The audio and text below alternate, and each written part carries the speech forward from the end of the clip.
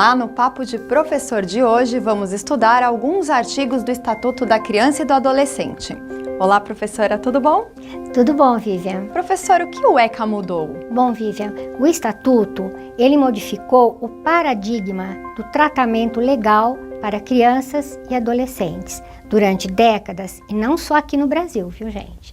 Eles foram vistos como objetos de intervenção do mundo adulto, tanto pela família, quanto pelo Estado ou pela sociedade.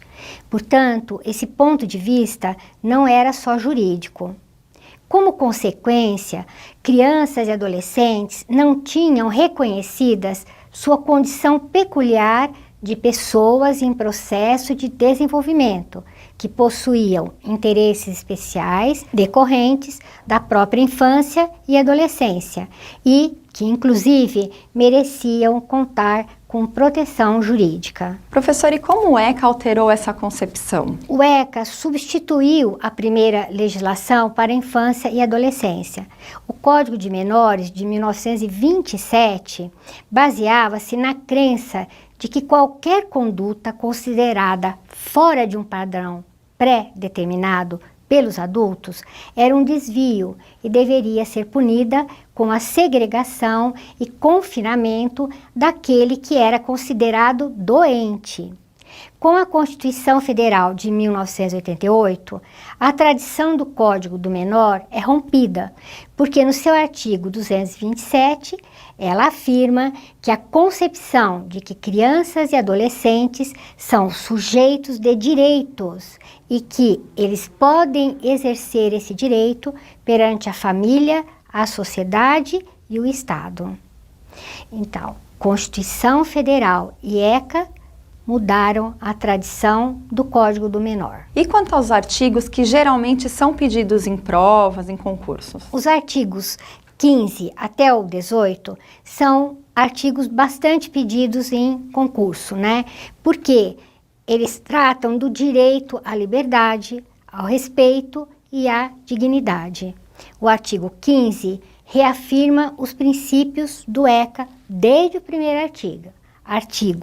A criança e o adolescente têm direito à liberdade, ao respeito e à dignidade como pessoas humanas em processo de desenvolvimento e como sujeitos de direitos civis, humanos e sociais garantidos tanto na Constituição como nas demais leis que tratam do assunto. Esses princípios estão de acordo também com os princípios constitucionais e internacionais sobre o direito de todo ser humano. Portanto, gente, nada diferente.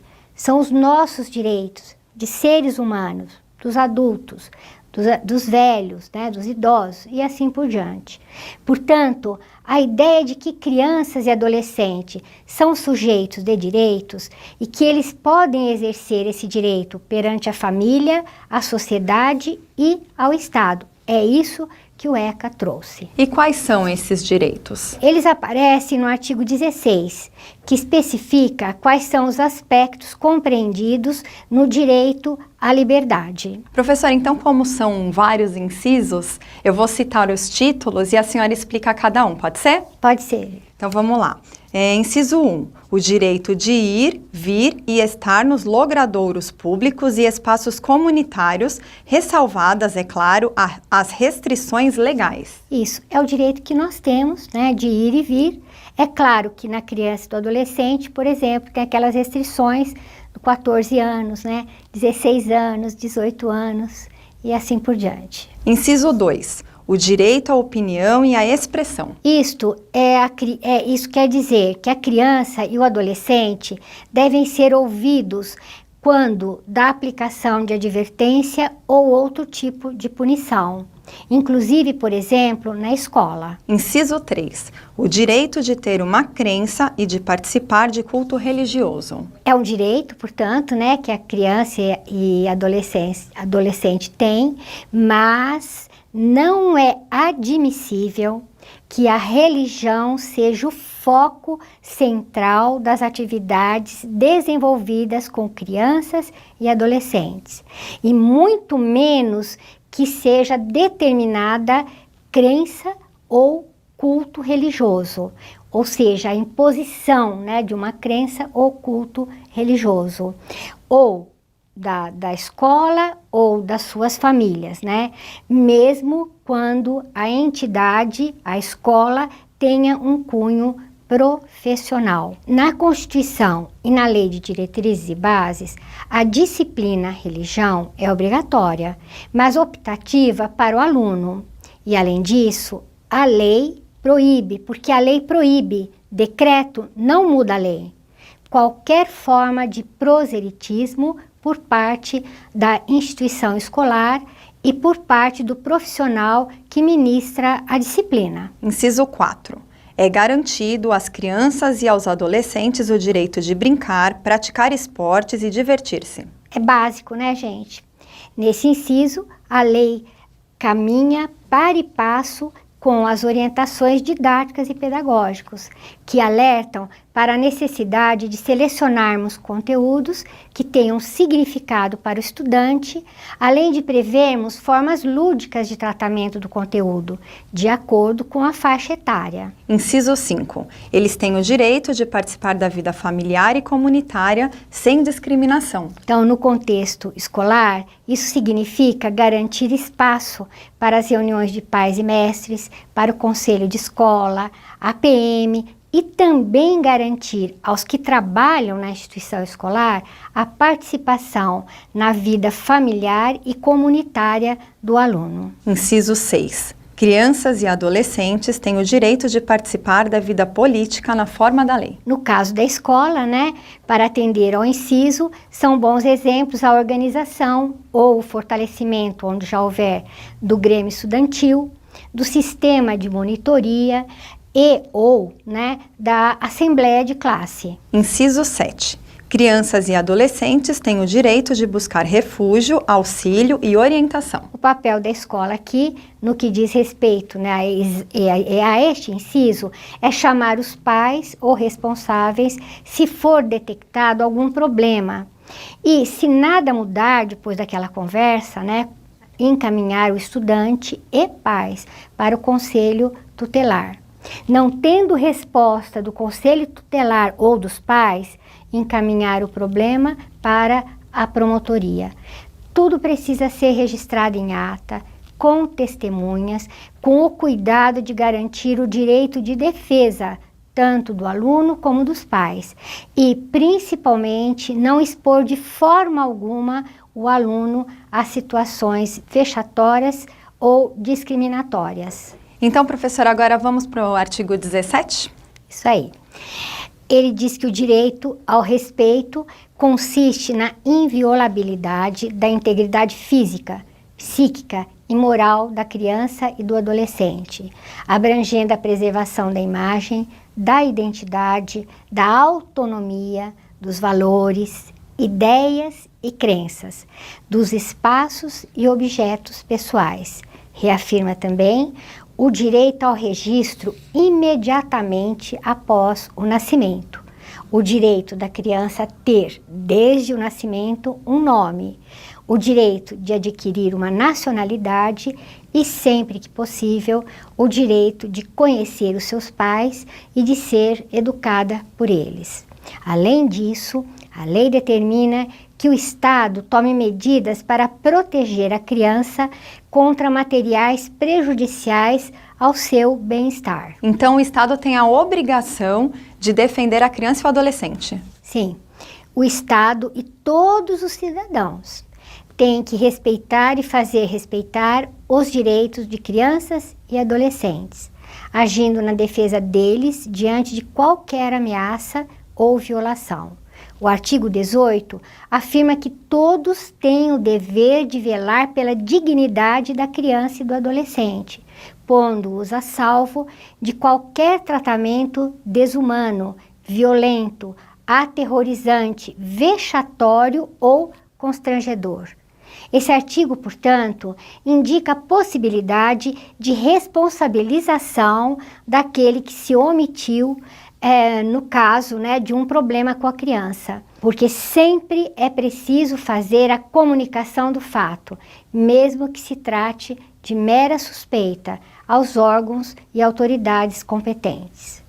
No caso de abuso, por exemplo, né? Professora, vamos falar um pouquinho sobre o direito à educação, à cultura, ao esporte e ao lazer? Então, no artigo 53, né, ele vai estabelecer que a criança e o adolescente têm direito à educação, visando ao pleno desenvolvimento de sua pessoa, preparo para o exercício da cidadania e qualificação para o trabalho. Para isso, fica a eles assegurado, como está na Constituição Federal e na Lei de Diretrizes e Bases, a igualdade de condições para o acesso e permanência na escola.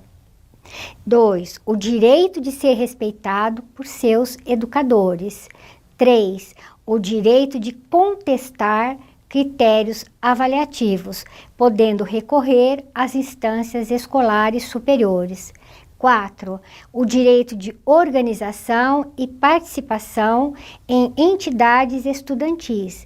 E 5. O acesso à escola pública e gratuita próximo de sua residência. Além disso, pelo artigo 54, é direito dos pais ou responsáveis ter ciência do processo pedagógico, bem como participar da definição das propostas educacionais. E quais são os deveres do Estado em relação ao ECA? Os deveres são para que tudo isso, né, que está na lei, seja concretizado, né? Então, o ECA estipula esses deveres no artigo 54, e são eles: o ensino fundamental obrigatório e gratuito, inclusive para os que a ele não tiverem acesso na idade própria. A progressiva extensão da obrigatoriedade e gratuidade ao ensino médio. O atendimento educacional especializado aos portadores de deficiência, preferencialmente na rede regular de ensino. O atendimento em creche e pré-escola às crianças de 0 a 6 anos de idade. Agora 5, né, gente? O acesso aos níveis mais elevados do ensino, da pesquisa e da criação artística, segundo a capacidade de cada um. A oferta de ensino noturno regular, adequado às condições do adolescente trabalhador. O atendimento no ensino fundamental, através de programas suplementares de material didático, escolar, transporte, alimentação e assistência à saúde. Ainda, o acesso ao ensino obrigatório e gratuito é direito público subjetivo, portanto, é obrigatório, né? O não oferecimento do ensino obrigatório pelo poder público ou sua oferta irregular importa responsabilidade da autoridade competente. Portanto, o cidadão, a cidadã, pode exigir do poder público o cumprimento deste princípio. E qual seria a responsabilidade dos pais? Cabe aos pais ou responsável, né? Conforme o artigo 55, a obrigação de matricular seus filhos ou pupilos, como diz a lei, na rede regular do ensino. No artigo 56, fica claro que a lei não se limita a garantir o acesso ao ensino, mas prevê também uma forma de controle externo da manutenção do aluno na escola, de forma a contribuir, né, para que a instituição não chegue ao pior, que seria a exclusão. Então, para isso, estabelece como dever dos dirigentes dos estabelecimentos de ensino fundamental, quer da escola pública ou da escola particular, comunicar ao conselho tutelar os casos de maltratos envolvendo seus alunos, a reiteração de faltas injustificadas e de evasão escolar, após esgotados todos os recursos na escola e os elevados níveis de repetência. Gente, esqueci de uma coisa: é o pai, o responsável e também a instituição, se ele estiver, por exemplo, internado numa instituição na instituição Casa, né, que é o Casa aqui em São Paulo. Ele também é responsável por essa criança, por esse adolescente. E qual é a parte do governo? Cabe também ao poder público, né, como consta do artigo 57, estimular pesquisas, experiências, novas propostas relativas ao calendário, seriação, currículo, metodologia, didática e avaliação, com vistas à inserção de crianças e adolescentes excluídas do ensino fundamental obrigatório. E o papel da escola e do conselho se sobrepõe? Não. Eles são complementares, né? A lei diz que a escola é a primeira e primordial responsável pela reinserção dos alunos excluídos, né? Ela deve tomar todas as iniciativas para o retorno e a frequência às aulas pelo aluno. Mas esgotados todos os recursos da escola, o conselho tutelar deve ser acionado e, no caso do conselho tutelar deixar o negócio para lá, também outro órgão público, em geral a promotoria, deve ser comunicada. O artigo 58, do que trata? Nele estão as orientações relativas ao processo educacional, né? Ele determina que os valores culturais, artísticos e históricos próprios do contexto social da criança e do adolescente terão que ser respeitados, garantindo-se a eles a liberdade da criação e o acesso às fontes de cultura, ou seja, reafirma os princípios constitucionais a serem observados no processo educacional. Esses princípios foram retomados em 1996 pela Lei de Diretrizes e Base da Educação Nacional, porque o ECA vem antes, né, gente? Professor, e por fim o artigo 59, fala um pouquinho sobre ele. Ele determina que os municípios, com o apoio dos estados e da União, devem estimular e facilitar a destinação de recursos para espaços culturais, esportivos e de lazer voltados para a infância e juventude. Bom, dá licencinha? Claro. Para me despedir de vocês hoje, né, eu quero falar aqui uma frase, não é, na verdade uma frase, é um pensamento, né, da autoria do jurista Paulo Afonso Garrido de Paula, que eu admiro muito, e ele trabalhou muito com a questão do ECA, né. A luta pelos direitos passa inexoravelmente pela educação, pela aquisição que possibilite o enfrentamento e a superação das adversidades que caracterizam o cotidiano de todos nós, especialmente daqueles impedidos do acesso aos bens e serviços capazes de atender às mais elementares necessidades humanas. Dessa forma, o educar crianças e adolescentes pressupõe necessariamente reconhecimento de que estes são sujeitos de direitos, admissão de que se trata de partícipes do processo educacional, aceitação de sua situação peculiar de pessoas em processo de desenvolvimento e, sobretudo, de que são destinatários de nosso dever de respeito. Nada mais, nada além do que todo ser humano merece. Perfeito, professora. Por hoje é só. Muito obrigada pela sua participação. Obrigada você, Vivian. E o Papo de Professor de hoje fica por aqui. Até o próximo programa.